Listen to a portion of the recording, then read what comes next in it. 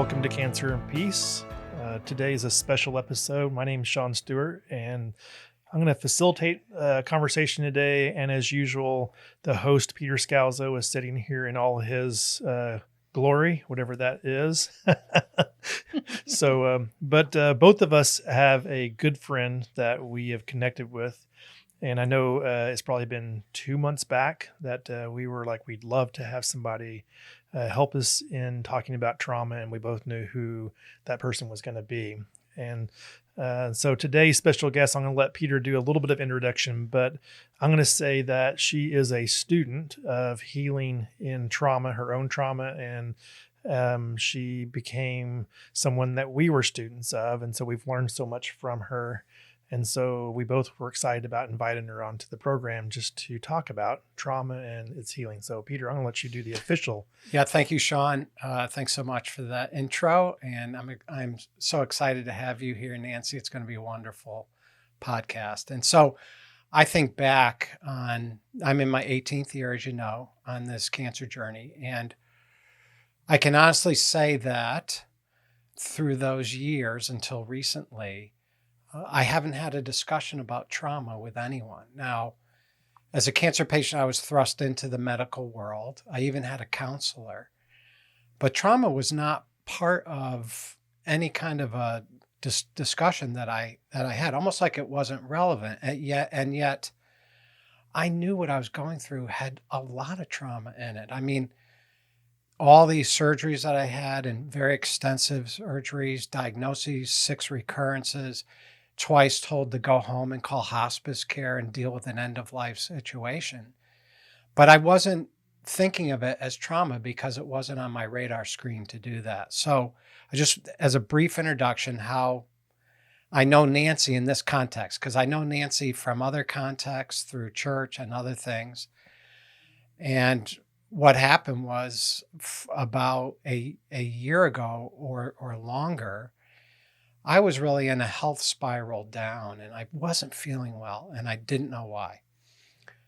My blood numbers were not good. My kidney numbers were going down. And so I just was very fatigued and not feeling well. And I found myself unable to deal with my journey. And I would get into the car to go for my blood work or my infusion or a procedure and almost have a panic attack going on. I could feel my heart racing, and my body was like rebelling.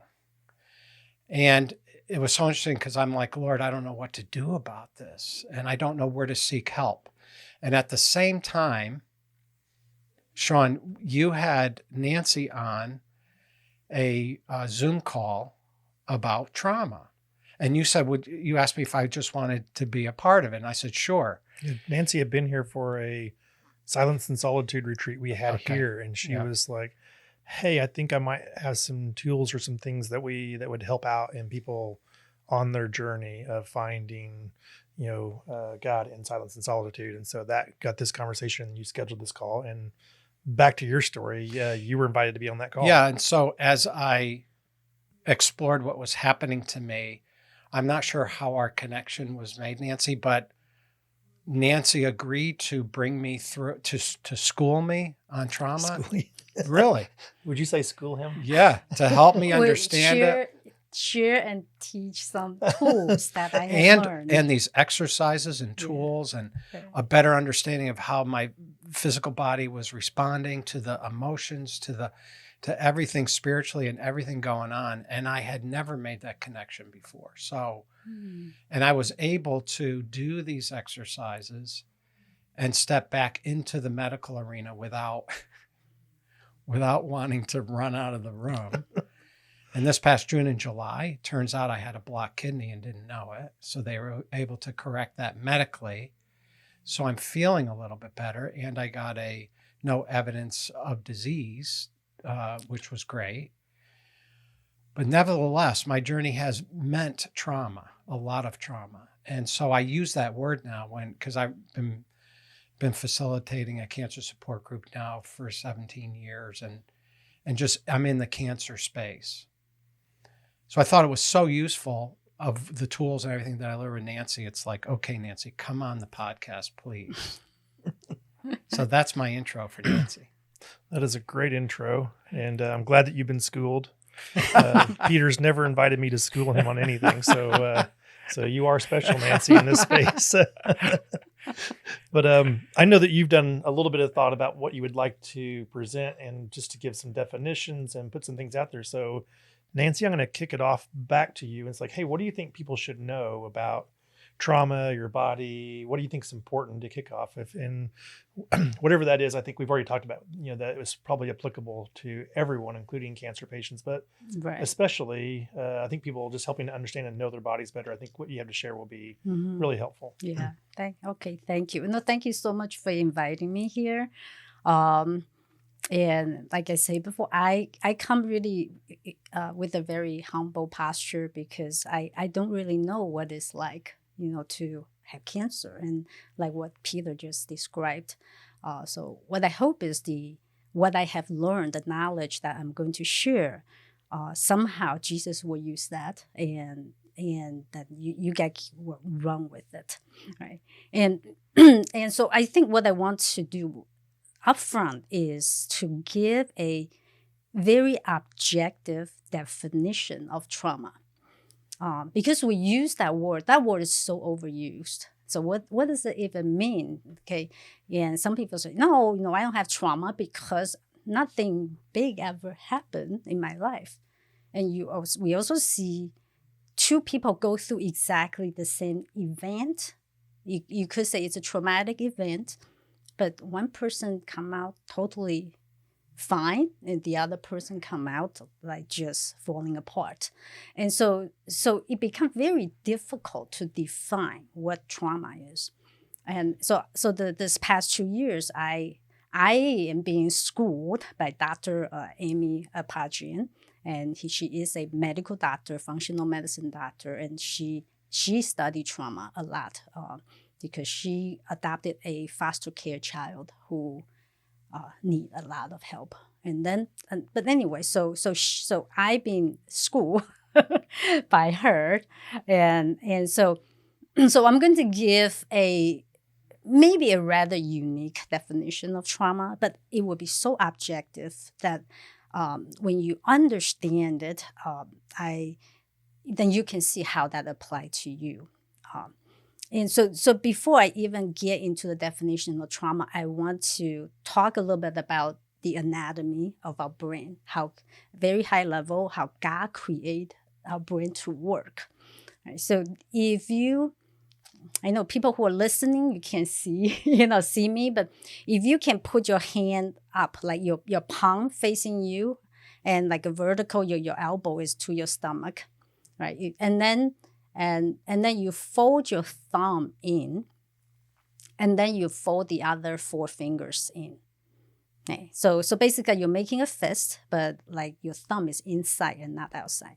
So let's just pretend this is your brain, and where your wrist is, that is your brain stem. And brain stem is where our autonomic nervous system sits, starts. And this part, our autonomic nervous system, really is responsible for our physical survival. It is fully developed when the baby was born. And it's also called like a lizard brain, because even lizard had this. So it's common among all the animal. And its sole responsibility is to keep us alive, physically alive, right? And so it control, our heartbeat, our breathing, our blood circulation, that anything we don't have to think about. And then if you go further up, if you open up your 4 fingers on top, your thumb is kind of like your amygdala. And amygdala, later when we talk about it, is important. Amygdala basically get the signal. There's might be a danger. Okay? And then, it doesn't know whether it's a real danger or not. But you say, okay, based on my past experience, that rope looked like a snake. That might be a danger, right? And then we got the 4 fingers on top is our cortex. This is where human has the most developed part that a lot of other animals don't have. And this is where, coming and make, okay, let me analyze it, let me rationalize it, let me, plan for it. So it's all those higher function that, human especially had the most, that really make us very unique as human. And so this whole brain are meant to work together. And what's very interesting is our Western society has elevated the cortex, the four fingers on top, but have almost downgrade the importance, right, of our autonomic nervous system. But the biological fact is our cortex run about 5 times a second, and our autonomic nervous system and amygdala, it runs about 6 times a second. So trying to use your thought to control how you feel, you'll never catch up. So some people say, I have a gut feeling. I don't understand why, but I just have a gut feeling this is what I should do, right? So that gut feeling comes from your some people call it lower brain, and some people call it subconscious. I actually like to call it superconscious, because it's above what your conscious mind can even catch up, because it's just too slow for that part, right? And so so we understanding. So the way it works is our superconscious should be our master, and our cortex is the master. So our superconscious comes and say, I have a gut feeling this is what we should do. And then our cortex comes and say, okay, let's plan. Let's make step 1, step 2, how do we get there, right?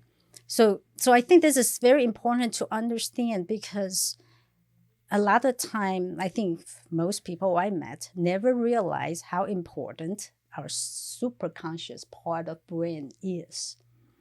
And in that superconscious part of brain, especially our autonomic nervous system, connect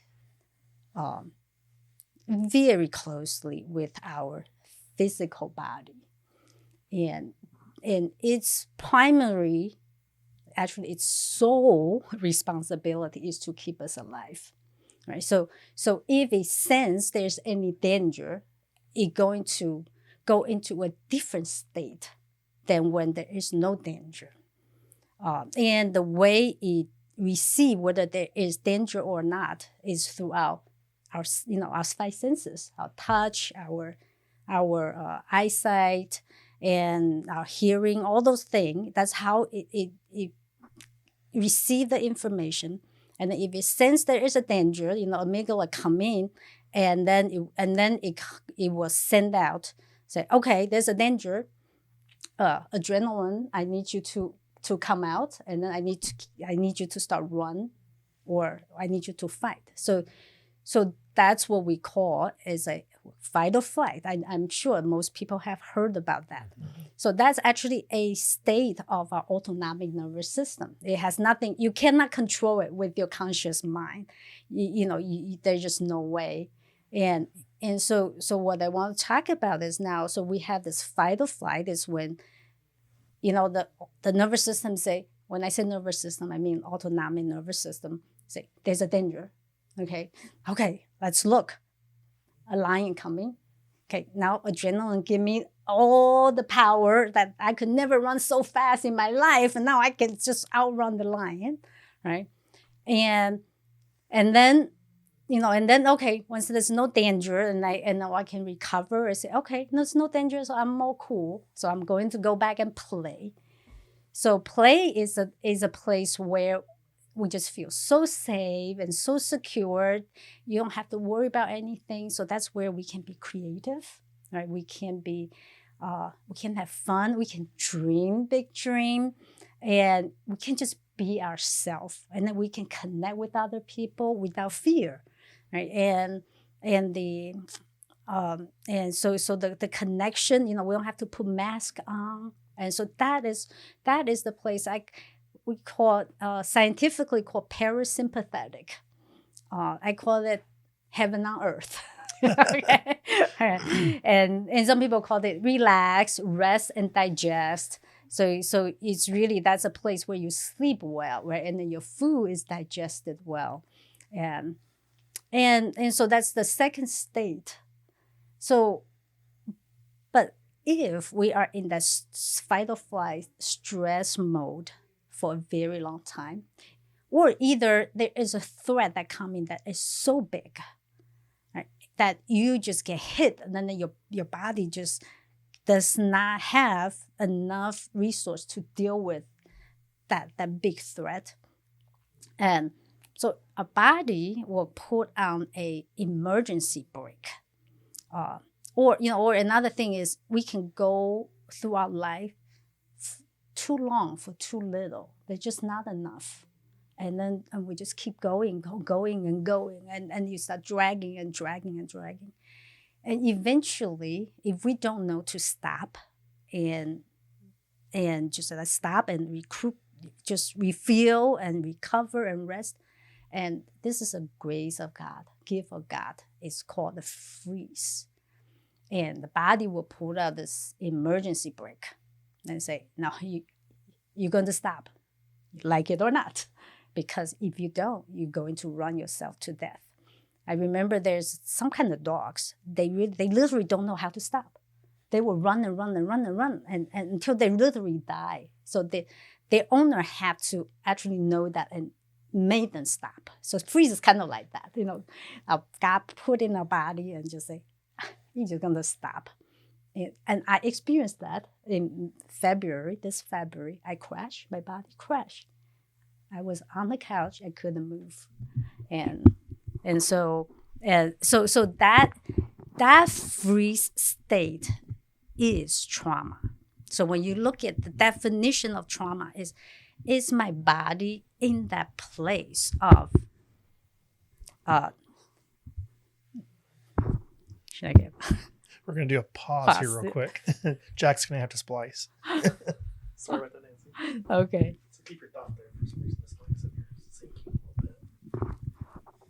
Is it here that need to tighten up? It's pretty. Sorry about that. It's okay. So do I what is redo? I think you're talking about the pause. You want to pick it up? What do you think, Sean? Yeah, your body's got interrupted there, but so when your body's in a pause, I think maybe body in a pause. That's right. Yeah. and so the purpose of the freeze is wonderful, is to keep us alive. We may not like it because we may want to continue to keep going. So that is not my definition. That is a definition that I learned is a biological definition of trauma. Right? So for anyone who experienced that, and so we can come out of it. Once you get enough rest, and then the body is like, finally, the lion is gone, right? So, okay, I think there's really no danger, and then I rest for 3 days, and my body starts to gain some strength. Okay, now I can get up and move on, and I don't have to stay in trauma. Right? But now in our society, the issue is a lot of us are in chronic stress, meaning that anything cause stress. And then eventually, I see a lot of people, they already sense that they are started to feel really depleted, but they couldn't stop whatever the responsibility, the life they're living. And then we also see people go down into freeze a lot. Now, a lot of people are in freeze. How do you know you're in freeze? Your body feel heavy. like there's no energy, right? Just depleted. And your thoughts are kind of dark. So a lot of depression is in this place. Your thought is like, what's the point? They don't bother me, and just I want everybody to go away. I'm just going to pull the blanket over my head. I don't want to deal with the world.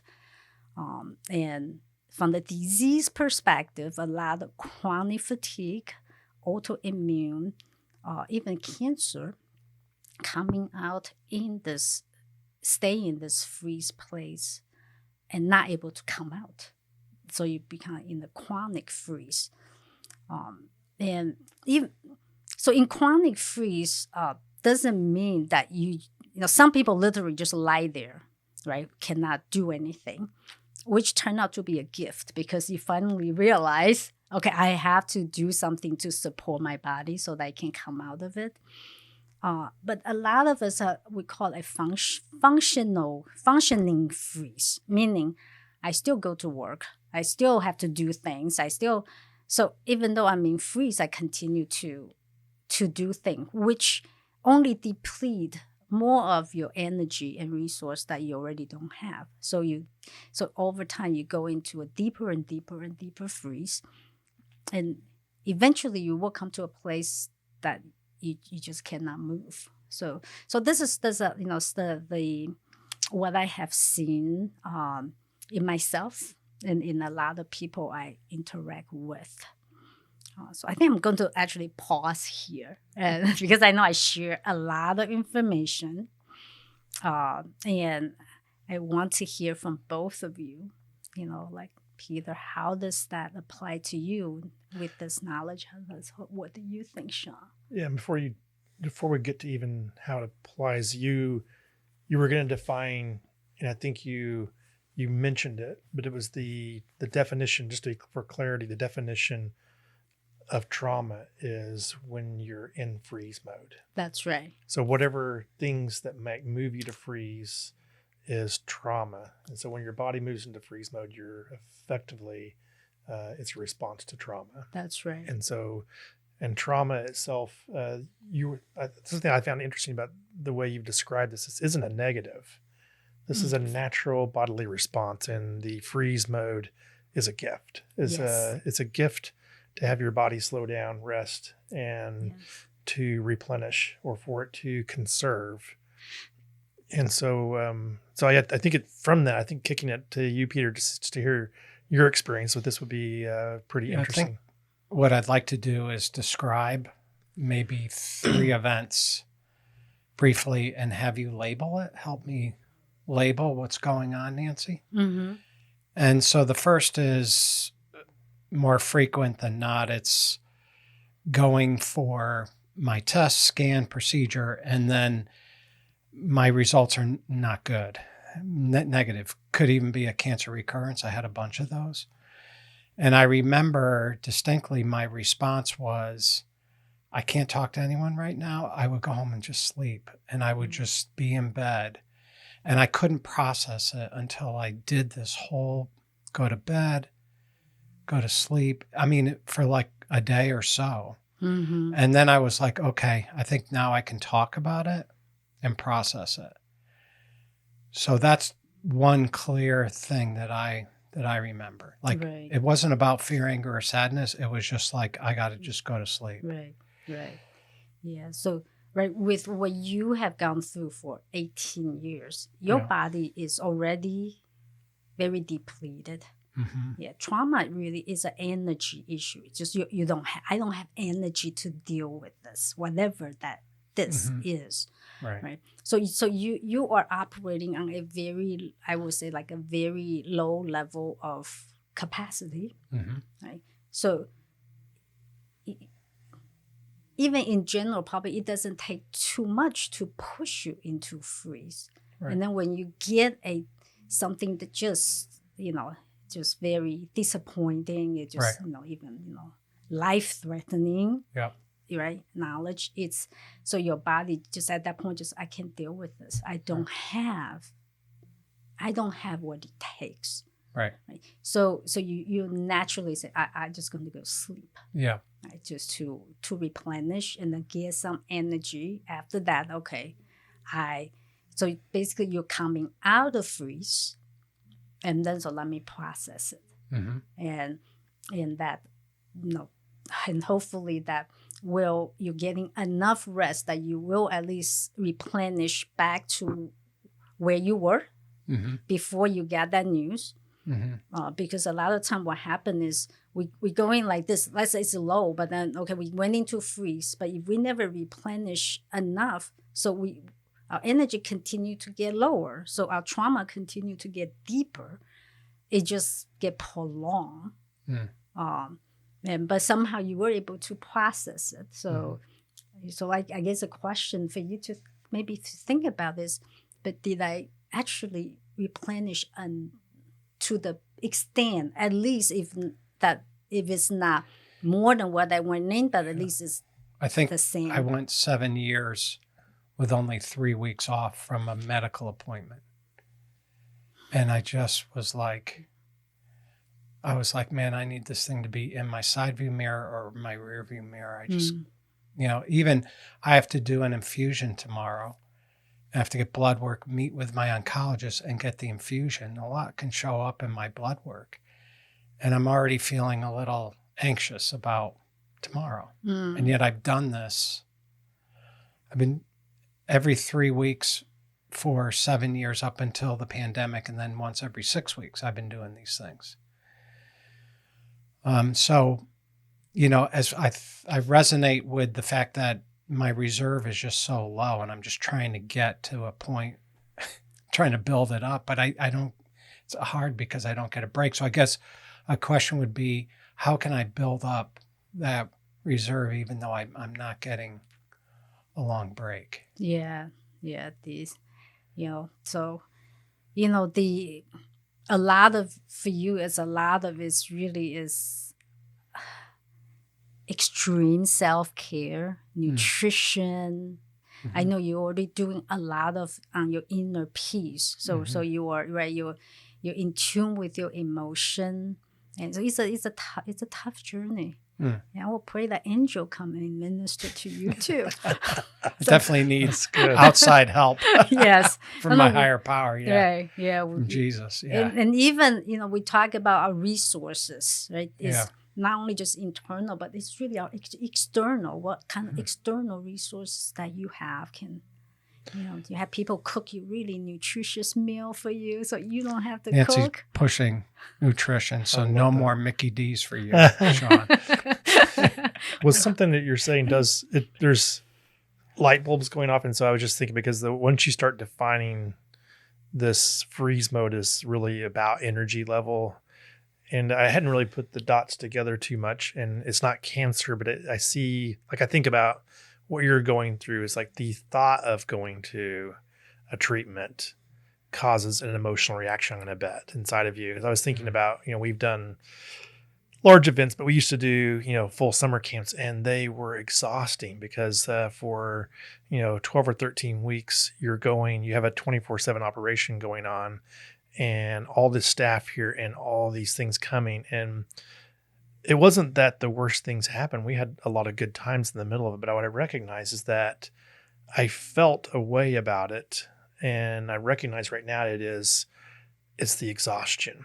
It's like at the end of summer, every year, it was just like, oh, I'm so glad. And it wasn't that something really, really bad happened, but running at that level for this many weeks, and having all the stresses and pressures is my body was being depleted. And so when the next summer was coming on, I felt an emotional something about it. It was the next thing that was coming. And so I can imagine that it has some similarities to what you would feel like, as that, that when the next procedures are coming up, when the stents have to be replaced, the end of next month, what it's going to cost in energy and so forth will cause an emotional up front, and then the actual does happen. It's like it costs you energy, and so you move from stress, what you were talking about, to your body having to go to freeze mode, meaning to a place where if you don't rest naturally, and replenish from the surgeries or from these treatments, Yeah. then your body's going to force you to at some point. Right. That was what I really hear Nancy saying to this, which is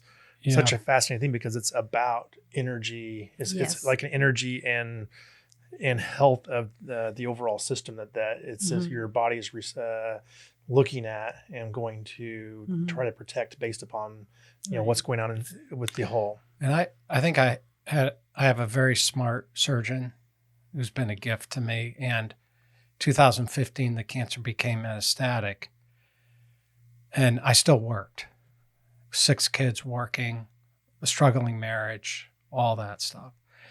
And then in 2017, when the bad recurrence, tumors everywhere, he said, "That's it, go home, go on to disability. You're not going to work anymore." And I think there was a couple parts to that. First part was we didn't think I was going to live. That was the biggie.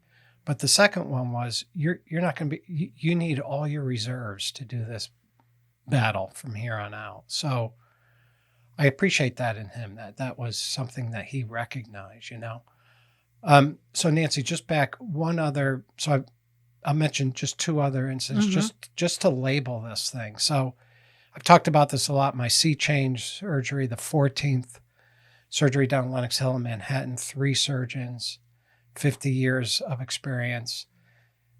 They didn't know what to do. I broke up with plumbing drawings on the pillow sheet next to my head, and the news was terrible. And I went into that surgery thinking, I'll just get another, surgical solution. The cancer would be taken out. It couldn't have been more opposite. And I knew I had a 5% survival rate with this cancer. So when he left my room in ICU, I went into a deep, dark depression.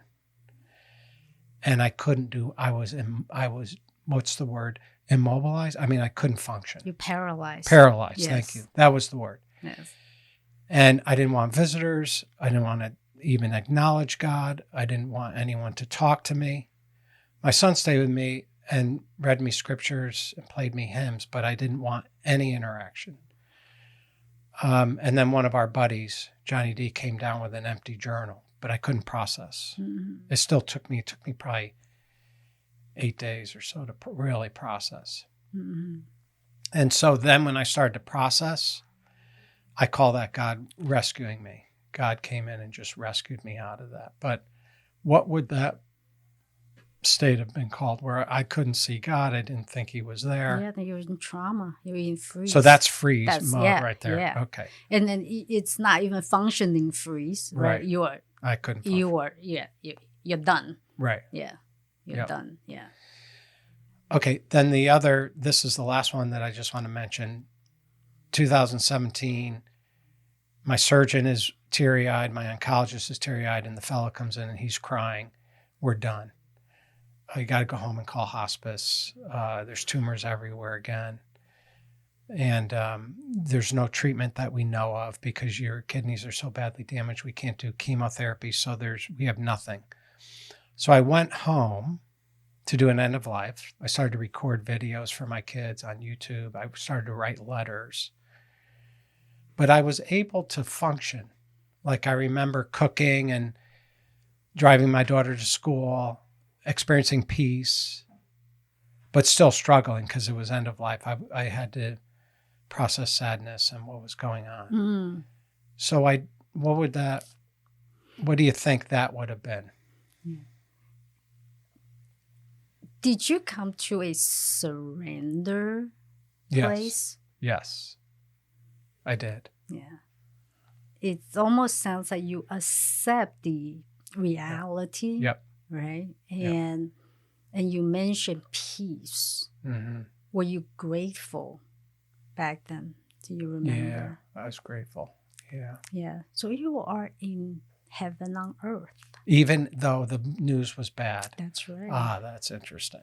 I love the way she dissected that. That's interesting too. Yeah. Something that Nancy had taught early on that has just stuck with me as one of your students. And that was that you cannot experience the feeling of gratitude without being in parasympathetic state, which means this normal heaven on earth state that you're talking about. And so the moment you said you could experience gratitude, you were like, you're in parasympathetic, you're in heaven on earth.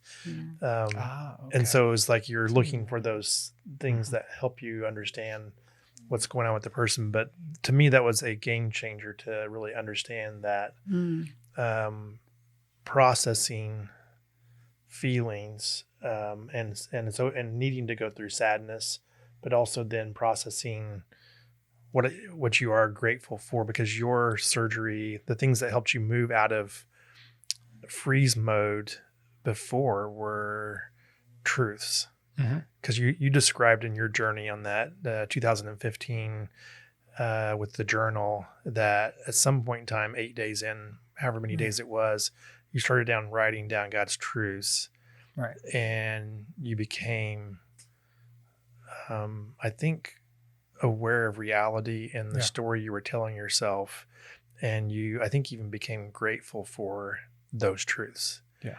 And it was a way that was your journey out of freeze, so to speak. It was the journaling of truth. Yeah, I think expressing honestly what was happening inside of me was a key start.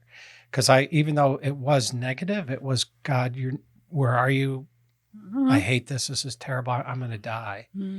It was still like a part of the process for me to go there, like the reality of my situation. But I do remember at one point actually making a gratitude journal in the hospital, hooked up to everything. I mean, I couldn't get water or food unless I was hooked up. And I remember making a gratitude journal, and I remember the big change that happened, even in that state. It's like, wow, this is unbelievable. Yeah. So what's interesting is, right, we talk about the fight or flight state. We talk about the freeze state. Those two states are survival state, try to keep you alive.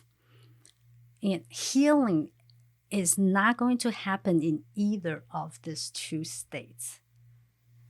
Healing only happens when you are in parasympathetic. That's how our body is designed. So gratitude, right, is a wonderful way to bring you into that parasympathetic and the healing that comes. So I'm wondering, you say in 2017 where you were told that you had peace. Yeah. Did your journey start to go upward from there, or still? Yeah, I mean, continue? You mean as far as physically? Yeah, physically. No, I mean, I was sent to go home, and we had one treatment option. It was a brand new drug, immunotherapy drug, but it was the only thing left because it was for high-grade metastatic urothelial cancer patients with poor kidney function. So it's the only thing that I fit. But I experienced a miracle of healing, but I had peace before I had that miracle of healing. So that's what I'm trying to see. I'm just thinking, is there a connection? Because healing only happens when you're in parasympathetic. When you mention peace. So I'm just wondering whether there is some connection there. And so for this talk I gave and a lot of what we talk about in this podcast and cancer patients, I find that a big vehicle to get to peace is acceptance. And it's a process. I always said, well, it's a process because I had to deal with my emotions in order to get there. Yeah. And I think grief cycle is part of that. Yeah. Can you explain more? I'm fascinated by this. Healing only comes in the parasympathetic state. And you mean, certainly I think freeze is about replenishing energy. I think you're defining that different than healing. Yes. Right. And so when you say healing, physical healing in your body only happens in that. Can you explain that, the whys or to the degree that you can help us understand? Because that to me it might be pivotal to understanding, because you're really approaching like our human existence, with body, soul, spirit, and you're wanting to connect in our emotions. These are all these things tied together, and that you don't want to compartmentalize. And so this idea of needing to move out of freeze, then becomes super important for a depression state if we want to find like a holistic healing of some type. Yes. Yeah. And this really apply, I think, to, like you say, all aspect of healing, right? So our body, when our body is in the survival mode, right, its focus is on what's the threat. All the energy is geared toward how can I eliminate this threat, or how can I survive this threat? That's the freeze. The freeze is I'm just going to play dead. Hopefully the lion will just walk away, right? And so there is no energy for healing. So it's like we have to defend our territory from enemy first. Then we have this open space. Okay, now let me focus on my internal healing, right? To give an example, in a stress mode,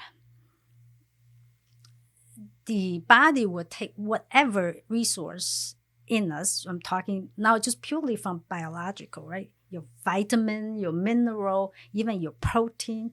It will take whatever it needs for you to survive the current stress, current threat. And it has no concern for your long-term health because its main focus is keep you alive now. And then once you're alive, later you can go, go figure out how to put yourself back together, right? But now it's survival mode. And so it's very interesting because I have heard in my one classmate who has cancer, he's on a cancer journey. Because what she realized is, she said she go to a lot of those support group on Facebook, but she realized people are so focused on what's your blood number, what's this treatment, what's that, right? So that actually create a lot of stress, and so once she learned about this, she said, I'm in stress, then I can't heal.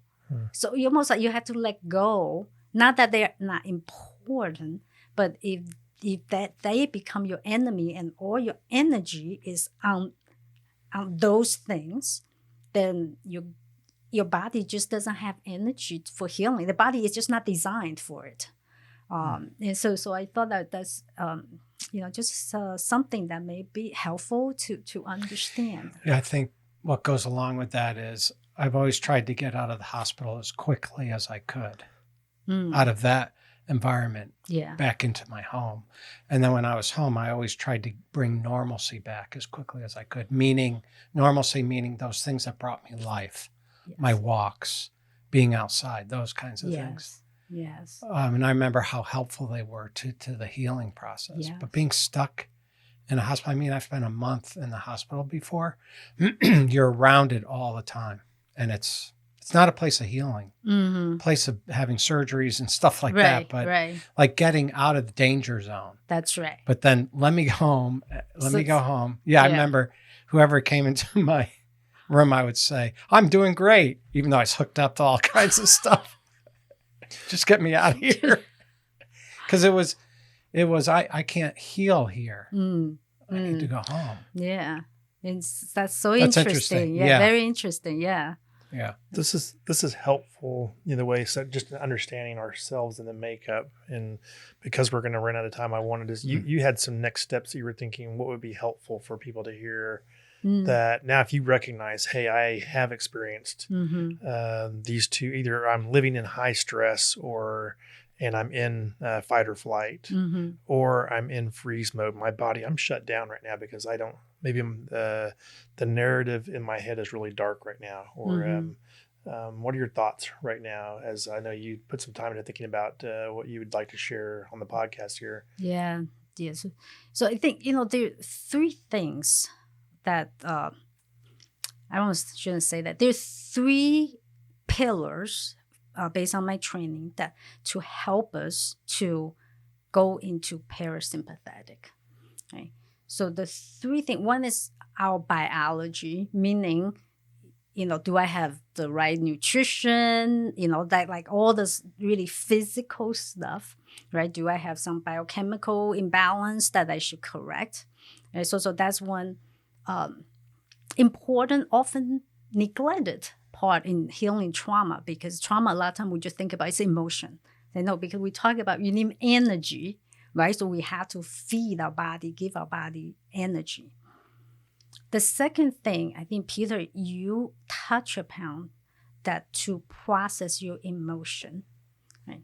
And emotions are actually body sensation that we just put a label on. And sometimes we put labels so fast, now we don't even pay attention to what that body sensation is like, right? And last night I had a little racing heart, and then I was like, oh, I'm so fearful. And then later I say, maybe it's not even fear. I have a racing heart. Maybe it's from the coffee. Right? But anyway, so what I'm saying is there's a lot of our unprocessed, unresolved emotion that are stuck actually in our body. So Peter, you mentioned about those exercises. Those exercises are some just to kind of start to train us to pay attention to our body.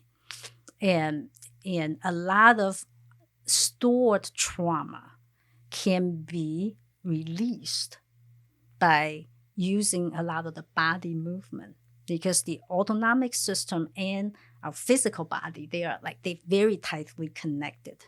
So when we say the trauma in our body, it's really, they're imprinted in our autonomic nervous system. So we want to rewire our nervous system by using those body form of movement and exercise. Can I restate just to see if I have this right? When you say stored trauma, because I was thinking about our definition of trauma, and so that might left me a slight bit. I was trying to work around that bit. Stored emotional responses to situations that trauma has taught us.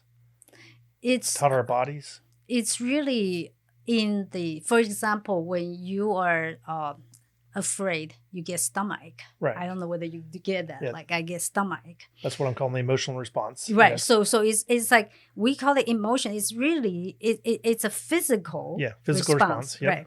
But if we say there's nothing to afraid of, I'm not going to pay attention to your stomach, right? And pretend I'm going to be brave. And that actually gets stored. Because emotion actually need to be metabolized in our body. And so if you never metabolize it, let that come out, it stay in there. Right. Yeah, so that can cause, and then you continue to store more and more, that is a cause for you to go into freeze. Can I think about the definitions for a second? Because I think this is really, the work you've done here, I didn't realize this, so having gone through some of the things that you've, as a student of yours, this idea of fully feeling an emotion to its end, is a way to process. And I think what you're calling stored trauma is allowing, so emotions, if we shut that off too soon and not allow ourselves to feel the full emotion and come to fruition, and then if it's peace at the end, then there can still be peace. But if you never allow yourself to get there, then it's like storing trauma. It's storing something that you have to process. Yeah. And I would almost think of it more like storing up a stress moment, because trauma, meaning if the definition of trauma is lack of energy, this here seems like I've stored a flight or fight moment that hasn't been fully experienced in a sense or something. I don't know if that makes sense or not. Maybe because there's a lot of people just use the word stored trauma. Yeah. That's a term that is being very popular use. So I think I'm borrowing that term. But really, like you say, it's really all those unprocessed things that is like a burden. That is an energy. Stress. It can be stress. It can be sadness. It can be grief. Right. Scalzo concept, the emotions that.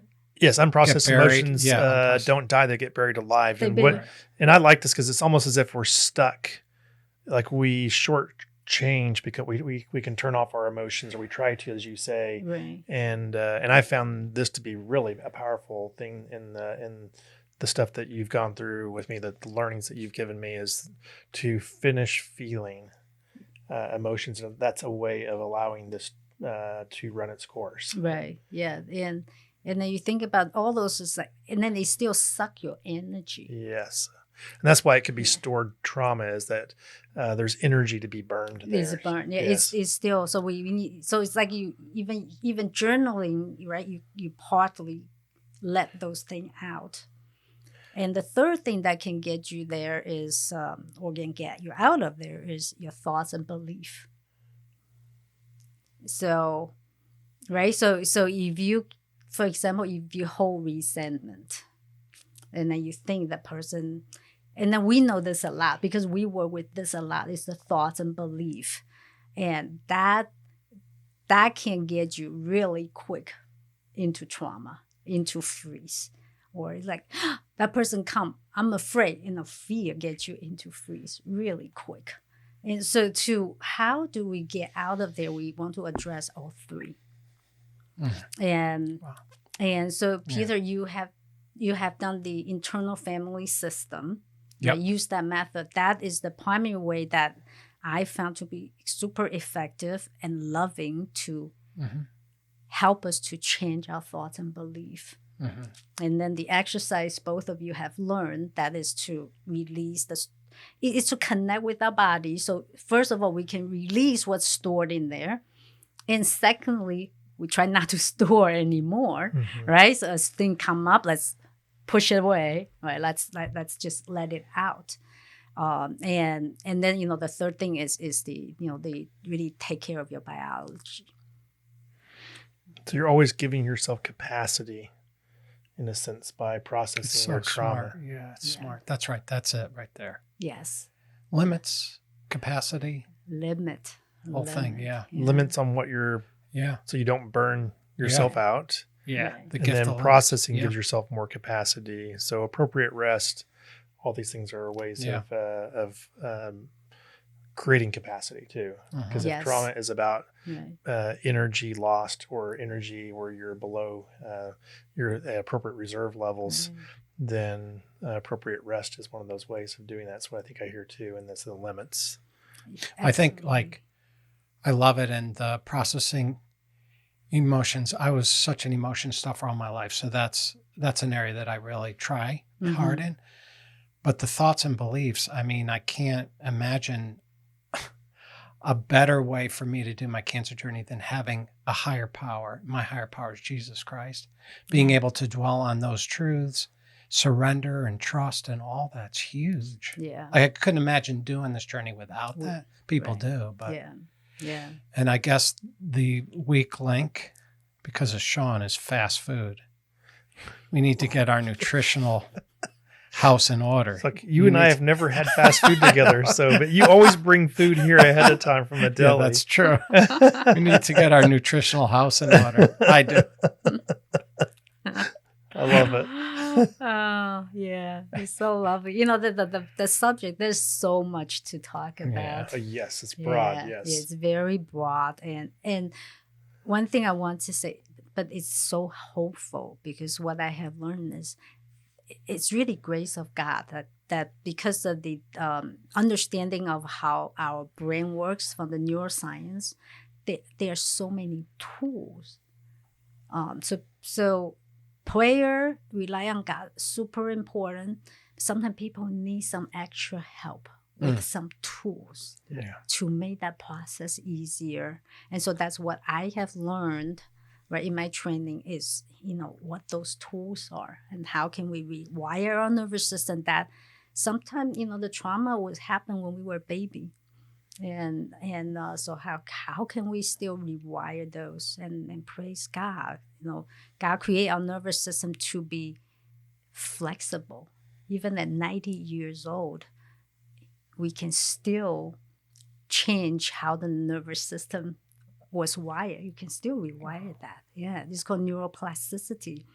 And so it's amazing. So praise God. God created us to knowing we can get messed up, but we have to bribe Nancy for part 2 to come back. We'll save more fast food. No, not that. Yeah. We have to get bribes Nancy should always back. be done in private, though. So let's not. We'll have to, yeah. So helpful for a cancer patient. So helpful. I hope so. I Oh, hope so. my word. Thank you. Yeah, I think the thing to walk away from this episode, at least that I'm taking away listening to this, is awareness. And there are really great tools. If you find yourself setting and you relate to anything that you've heard, these ideas of, yes, I've experienced when I've gone to an appointment that those feelings of either the pre-anxiousness of already assessing what this is going to be like, or, post procedure that where your body just sucks all the energy out of you, and you're, as Peter's described in his own journey here, I don't want to see anybody for a few days. I want to get in bed and just these are actual nervous states that I think you've helped walk us through here a little bit, that the body goes through. And then the problem isn't that those are all natural. And I think you said to us earlier that the natural state is for those things to recover in about 3 days, that if you go into freeze, you should naturally come back out in 3 days. Right. If everything If you else, don't, if all you of the don't things fight being, it, yes, yeah. right, all Right. things being equal. But if you find yourself stuck there longer, this indicates something else, that you may need some helps here. And what you've been teaching us, and I think most people actually do get stuck at different times, to be honest with you. I'm sure cancer patients are going to have more energy sapped, since we've defined trauma in such a way, than the average person for what their body is going through. And so there's some helps out there. There are some really useful tools. Yeah. And you've been teaching Peter and I. That's the reason why I think he's asking, hey, can we do a round 2? Because I think hearing 2 or 3 of these things that you've helped us with as just a kickstart to understand, that might be a nice round 2 at some point in the future, if you're willing. Because so many of these things are simple, but they're practices, just grounding and getting in touch with being able to first, listen and be aware of your senses. And I think those were the early exercises that you did with us. And I was amazed by what I didn't know about myself. And I think when your awareness gets higher, then it really opens the door for the tools that help bring towards healing too. And this podcast was never about trying to heal cancer. That wasn't what it was. Really finding peace in the midst of a cancer storm. But to know that there are ways of processing is like that, I think could be really helpful and bring peace to somebody's life. Anything you want to add to that? Thoughts? I mean, we just don't get it. We get we get the medical community that doesn't want to talk about this. And then within the medical context, there's a social worker that usually roams around, pokes his or her head into the infusion suite, the chemo suite, and that's about it. You can make an appointment with a psychiatrist, but usually they just pass out meds, So this is very helpful. Awesome. Anything final you want to add, Nancy, before we close this episode out? Yeah. Well, from what I have seen, the program I'm in is a secular program, and people are getting a lot of benefit from. And we have God. How much more hope we have, and practical help we have. And so I want to offer that as an encouragement. Even as our body is maybe, whatever reason our body is not where we like it to be, we can still in parasympathetic. Like Peter, you just mentioned, you were still in parasympathetic, even though you were told that you're going to die. So, I think there's just, it's this journey is, should I say, interesting. I don't want to make it light, but it's a wonderful, it can be a wonderful and beautiful journey. Yeah, I think that's a great place to close out today's episode with. And as you described parasympathetic, it is paradise here on earth. It's not going to be perfect, but it's a form of that, is being able to have peace in the storm. And that is a great place to be. And so we'll close this podcast here today, and I'm grateful for everybody who listened. I know this is a little bit longer episode, but there's so much we could go into this topic and area that it's deep and it's rich, and maybe this spurred some interest and thought. And if you want more resources, go to cancerandpeace.com, and you'll see Peter's book and a bunch of other resources out there that I think you'll find helpful. So thanks a bunch for listening. Thank you very much. Thank you, Nancy. Thanks, Nancy. Thank you.